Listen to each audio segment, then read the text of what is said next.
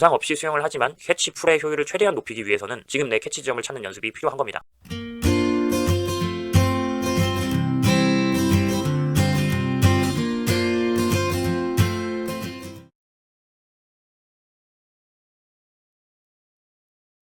안녕하세요 여러분, 수영독강입니다. 오늘은 지난 시간에 말씀드렸던 대로 팔을 앞으로 뻗는 스트레치에 대해서 좀 더 구체적으로 알아보고 좋은 캐치 모양을 만들기 위한 팔과 어깨의 해부학적 구조에 대해서 좀 알아볼 거예요. 지난 시간에도 말씀드렸지만 손이 입수하는 엔트리, 팔을 앞으로 뻗는 스트레치, 그에 따른 몸통의 롤링, 그리고 이후 물을 잡는 캐치까지 이 모든 동작들이 사실 한 번에 이루어지는 연결된 동작이기 때문에 캐치를 잘하려면 스트레치가 잘 돼야 하고 스트레치가 잘 되려면 그 전에 엔트리가 잘 돼야 되는 겁니다. 그리고 그 타이밍에 맞추어서 전체적으로 반대팔이 움직이면서 원터치 자유형에서 벗어난 타이밍을 만들어야 한다 까지 지난 시간이었어요. 일단 한 팔의 움직임이 각자 좋지 않으면 두 팔을 같이 했을 때 볼 것도 없이 움직임이 당연히 안 좋겠죠. 그런 의미에서 한 팔의 움직임을 좋게 만들기 위해서 지난 시간 기초 캐치 동작을 수정했고요. 오늘은 그 캐치의 안정화를 위해서 스트레치에 대해서 다뤄보겠습니다.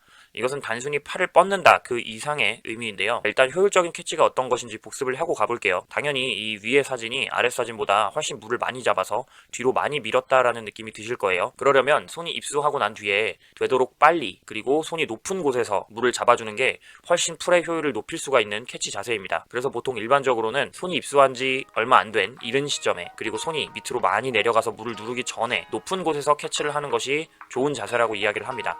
이게 틀린 얘기는 아니에요. 맞는 얘기인데요. 그러나 이는 그냥 역학적으로 영법의 효율을 높이는 관점에서만 봐서 그렇습니다. 실제로 내 몸 상태를 고려했을 때는 캐치 지점과 시점이 조금 달라져야 하는 거예요. 현재 내 몸이 소화할 수 있는 범위를 벗어나서 몸을 움직이려고 한다면 당연히 부상의 위험이 있을 것이고요. 혹은 어깨의 부담을 줄이려고 안 좋은 캐치 자세를 만들 수가 있는 겁니다. 그래서 이 스트레치는 어깨 건강도 지키면서 좋은 캐치 자세를 만드는 아주 핵심적인 동작이에요. 먼저 우리가 수영에서 만드는 유선형을 좀 살펴볼게요. 기초 배영 단계에서 팔을 머리 위로 뻗어 올리고 뾰족하게 만드는 유선형 락킹에 대해서 설명드렸었는데요. 완벽한 스트림라인이라는 것이 수영하는 사람을 옆에서 봐도 위에서 봐도 몸이 일자가 됐다라는 뜻이라고 생각하면 돼요. 그래서 전체적으로는 누가 내 손과 발을 잡고 양쪽으로 쭉 잡아당긴다고 생각하면 됩니다. 그러면 몸이 최대한 길어지면서 일자가 되겠죠. 자, 락킹 과정에서 유선형 만드는 걸 다시 한번 보면 누가 위에서 손을 잡고 위로 잡아당기니까 그에 따라서 팔뿐만이 아니라 어깨도 같이 따라 올라가겠죠. 그래서 기초 배영 락킹 단계에서 설명드릴 때 어깨와 귀 사이가 이렇게 멀어지는 게 아니라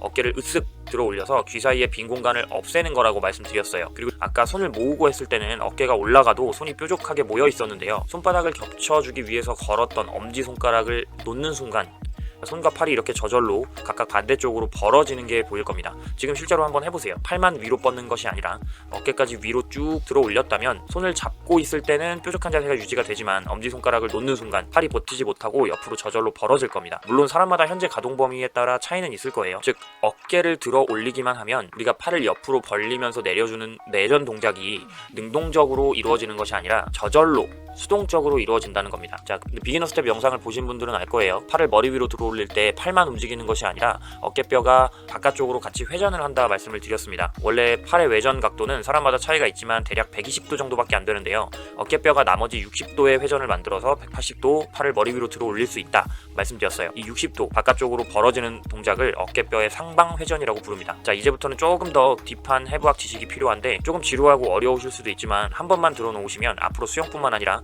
모든 운동에 평생 적용하실 수 있을 거예요. 우리 몸과 팔은 직접 연결된 게 아니라 팔과 몸 중간 부위에 날개뼈라고 불리는 어깨뼈를 매개로 해서 연결돼 있어요. 이 어깨뼈는 몸에도 붙어 있어야 하고 팔에도 붙어 있어야 하기 때문에 대부분의 뼈들처럼 관절이 두 군데 있습니다. 먼저 몸과 만나는 부분은 몸의 앞쪽 쇄골이라고 부르는 빗장뼈에서 몸 앞쪽에 만나 있어요. 자, 어깨뼈에는 넓은 날개 부분만 있는 게 아니라 위쪽에 톡 튀어나온 돌기 같은 것들이 두 군데 있는데 그 중에 아크로미온이라는 부분과 쇄골의 영어 이름인 클라비클이 만나는 부분이기 때문에 아크로미오 클라비큘라 조인트, 줄여서 AC 조인트라고 부릅니다. 그리고 팔과 어깨뼈가 만나는 부분은 보통 줄여서 GH 조인트라고 불러요. 그리고 이 AC 조인트를 저는 편의상 어깨뼈 관절이라고 부를게요. 이것은 해부학적 용어는 아닙니다.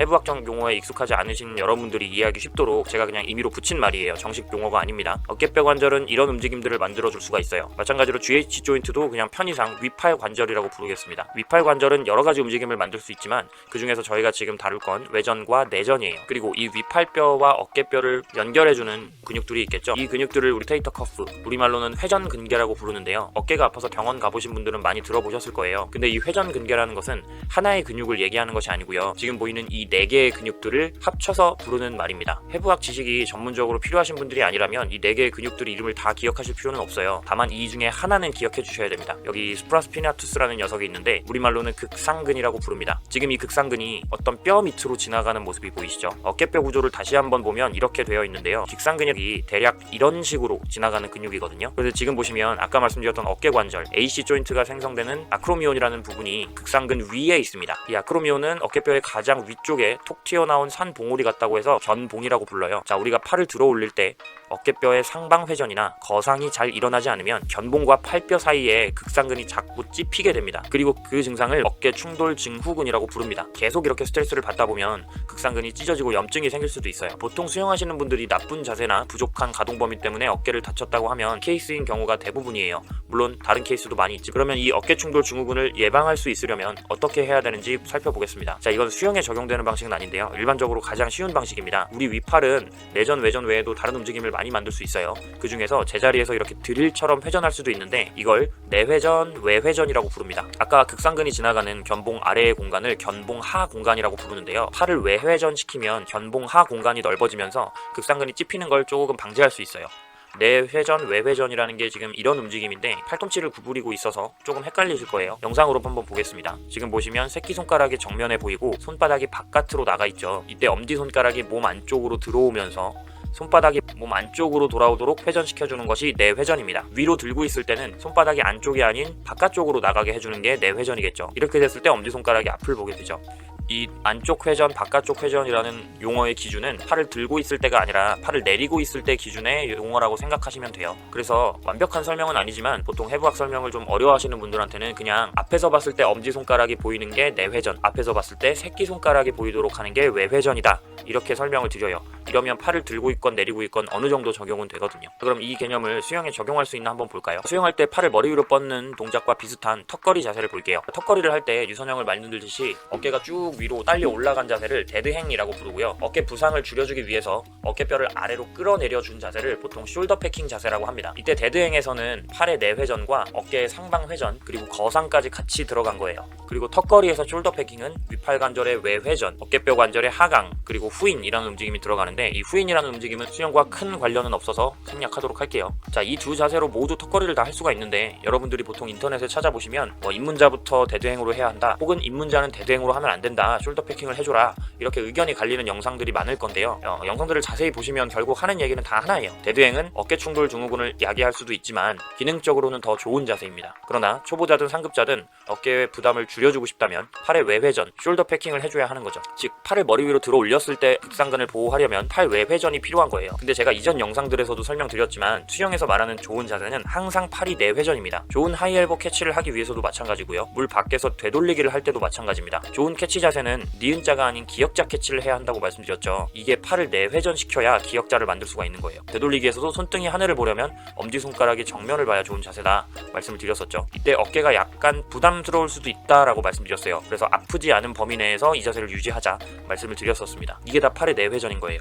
즉 결론적으로 수영은 항상 어깨가 아프지 않은 선에서 팔을 최대한 내회전 해주어야 한다는 겁니다. 근데 여기서 포커스는 팔을 최대한 내회전 한다가 아니에요. 이건 여러분이나 수영 선수들도 마찬가지입니다. 이것보다 더 중요한 포인트는 어깨가 아프지 않은 선에서 입니다. 왜냐하면 아까도 말씀드렸지만 데드행은 어깨 부상을 유발할 수도 있는 자세거든요. 근데 수영은 데드행처럼 팔을 내회전시켜서 해야 된다는 거예요. 자, 그럼 내회전 하면서도 어깨가 아프지 않으려면 어떻게 해줘야 될까요? 첫 번째로 어깨를 최대한 들어 올려야 합니다. 상방 회전과 거상을 최대한 해줘야 하는 거죠. 그리고 두 번째 방법, 이게 더 중요한데요. 팔이 저절로 벌어지게 두는 거예요. 아까 처음에 봤던 장면 다시 볼까요? 어깨를 밀어 올리면 팔이 저절로 벌어졌었죠. 내가 팔을 일부러 옆으로 벌리는 것이 아니라 저절로 벌어졌었어요. 왜냐면 벌리지 않고 있으면 어깨가 아프거든요. 극상근이 찝히니까요. 실제로 이와 비슷하게 와이드 그립으로 턱걸이를 리커버리를 하면 대대행을 하더라도 어깨의 부담을 좀 줄일 수가 있습니다. 자, 다시 수영의 스트레치로 돌아오면 단순히 팔을 앞으로 뻗는 건 이상의 가치가 있다 그랬죠. 어깨를 최대한 밀어 올리는 거상과 상방회전, 그리고 내 몸이 어깨의 부상을 피하기 위해 팔이 저절로 벌어지는 내전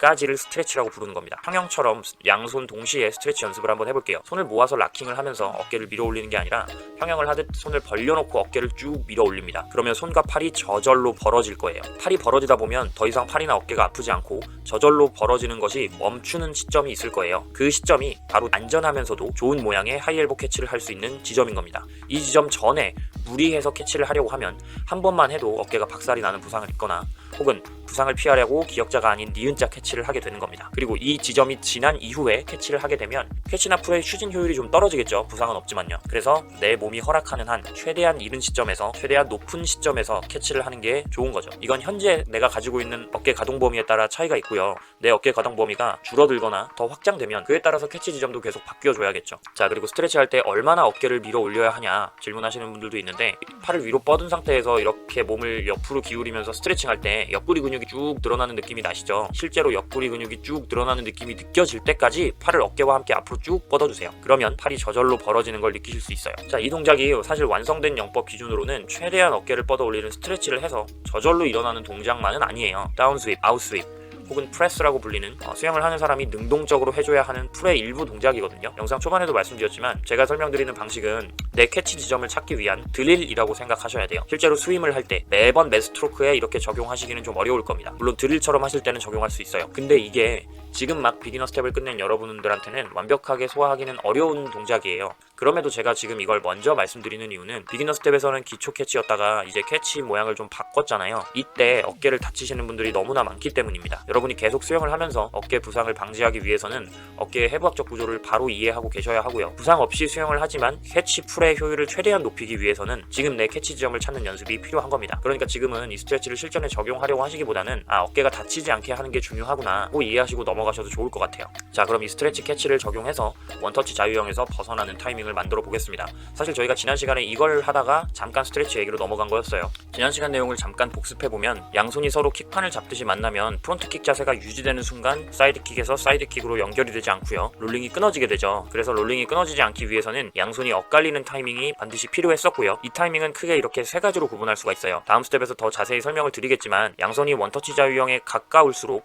즉 양팔의 각도가 작을수록 느린 수영이라고 생각하시면 되고, 양손의 각도가 점점 벌어질수록 빠른 영법이라고 생각하시면 됩니다. 그래서 우리는 가장 느린 속도로 진행을 해볼 건데, 양팔의 각도가 45도 정도 나오는 영법을 보통 전사분면 영법이라고 부릅니다. 근데 이때 45도 각도가 중요한 게 아니고요. 그냥 원터치 자유형은 안 나오면서 롤링이 매끄럽게 연결되는 90도 이하 그 정도의 어딘가 각도라고 생각해 주시면 됩니다. 편의상 45도라고 계속 얘기할게요. 45도 각도가 나온 상태에서 팔을 저으면 이런 식으로 영법이 진행이 되겠죠. 똑같은 각도에서 하이엘보 캐치와 하이엘보 리커버리를 한다면 이렇게 될 겁니다. 여전히 손이 아닌 윗팔만 놓고 보면 45도 각도가 나오죠. 엔트리 이후 팔을 앞으로 뻗기 직전 물을 잡은 팔과 뻗어진 팔의 각도는 45도. 비기너 스텝에서처럼 팔을 완전히 쭉 뻗고 시계바늘처럼 양팔을 본다면 이 정도 각도 차이가 계속 나오는 거예요. 하이엘보 캐치를 하면 이런 모양이에요. 하이엘보 캐치를 했을 때 손이 물속에 들어가기 직전에 양손이 교차하게 되거든요. 이 타이밍을 찾는 것이 양손을 교차시켜주는 스위칭의 포인트예요. 스위칭이라는 용어는 원래 수영 용어는 아닙니다. 사실 이것도 제가 만든 용어인데요. 원래 수영에서 스위칭이라 하면 영법을 바꾸는 걸 의미해요. 저병을 하다 배영으로 바꾼다 뭐 이런 식으로요. 근데 일반적으로 수영이 아닌 다른 운동들에서는 스위칭이라는 용어를 서 있는 스탠스를 바꾸는 걸 의미합니다. 왼손잡이 자세로 바꾼다던가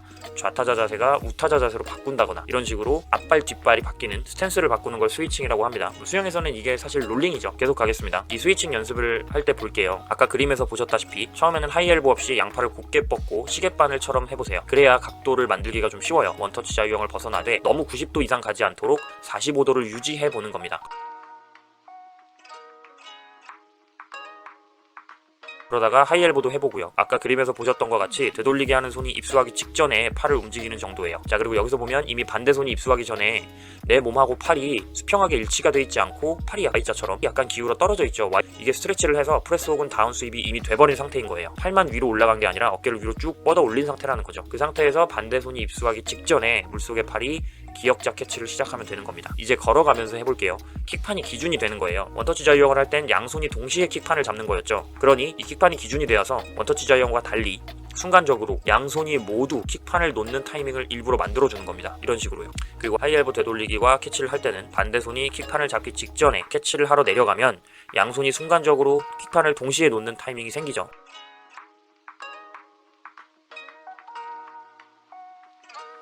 똑같이 연습하는데 킥판만 없이 해요. 허공에 가상의 킥판이 있다고 생각하고 그 킥판으로 원터치 자유형의 기준을 만들어서 양손이 만나지 않도록 엇박 타이밍을 만듭니다. 똑같이 하이엘보로 해보고요. 반대손이 입수하기 직전에 킥판을 놓으면서 내려가는 상상을 하시면서 엇박을 만들어요.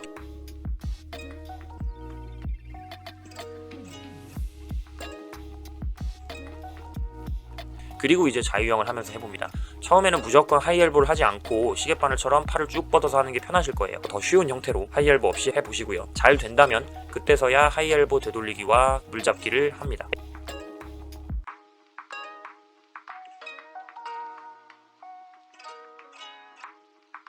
이렇게 수영을 하면서 하실 때 조금 더 정확하게 하실 수 있는 방법을 말씀드리면 아이업 드릴이에요. 제가 전에 하이엘보 리커버리를 할 때 손이 순차적으로 입수하는 것을 눈으로 보면서 하기 위해 아이업 드릴을 했었거든요. 여기서도 손이 입수하는 타이밍에 반대손이 캐치를 할 거기 때문에 스위칭 타이밍을 보면서 하실 수가 있습니다. 물속에서 아이업으로 완전히 정면을 보면 시야각이 보통 이 정도 나와요. 우리가 보는 곳 말고 그 주변에도 주변시라는 것이 있기 때문에 보이게 되는데요. 수면 위쪽은 반짝거리기 때문에 잘 보이지가 않죠.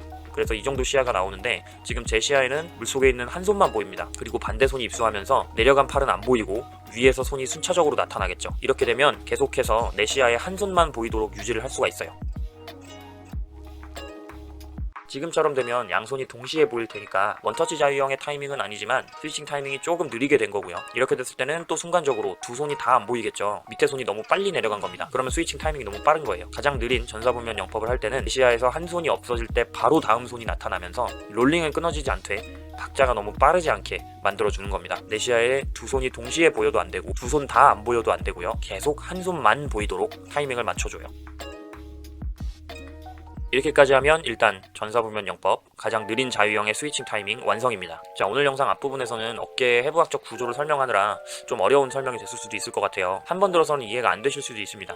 그래도 이 부분은 한번 머릿속에 넣어두시면 여러분의 어깨 건강을 지키는데 평생 아주 큰 도움이 될 지식이에요. 하지만 아직 너무 어렵고 적용하기 어려운 것 같다면 사실 지나치셔도 되는 부분이긴 합니다. 앞에서 말씀드렸지만 여러분이 아직 완벽하게 스트레치를 영법에 적용하기는 어려우실 거거든요. 그러니까 영상 뒷부분에 스위칭 타이밍을 중점적으로 연습을 해보시되 캐치 자세에 조금 욕심이 있으시다면 여러 번 돌려보면서 어깨 구조를 이해하시는 걸 추천드려요. 니은자 캐치가 나오면 수영에 안 좋고요. 무리해서 기역자 캐치를 하려고 하면 어깨에 안 좋습니다. 그래서 제 경험상 조금 버거워하더라도 개념을 지금 설명드리고 가는 게 여러분한테 훨씬 더 도움이 되셨던 것 같아요. 재미없는 영상 오늘도 끝까지 시청해주신 여러분한테 정말 감사의 말씀을 드리고 다음 시간에는 이 스위칭 타이밍을 자유형이 아닌 기초 배영에도 적용시켜 볼 거고요. 배영에도 롤링을 적용시켜서 비기너 스텝을 벗어날 수 있도록 연습을 해보겠습니다. 감사합니다. 수영독학이었습니다. 스파.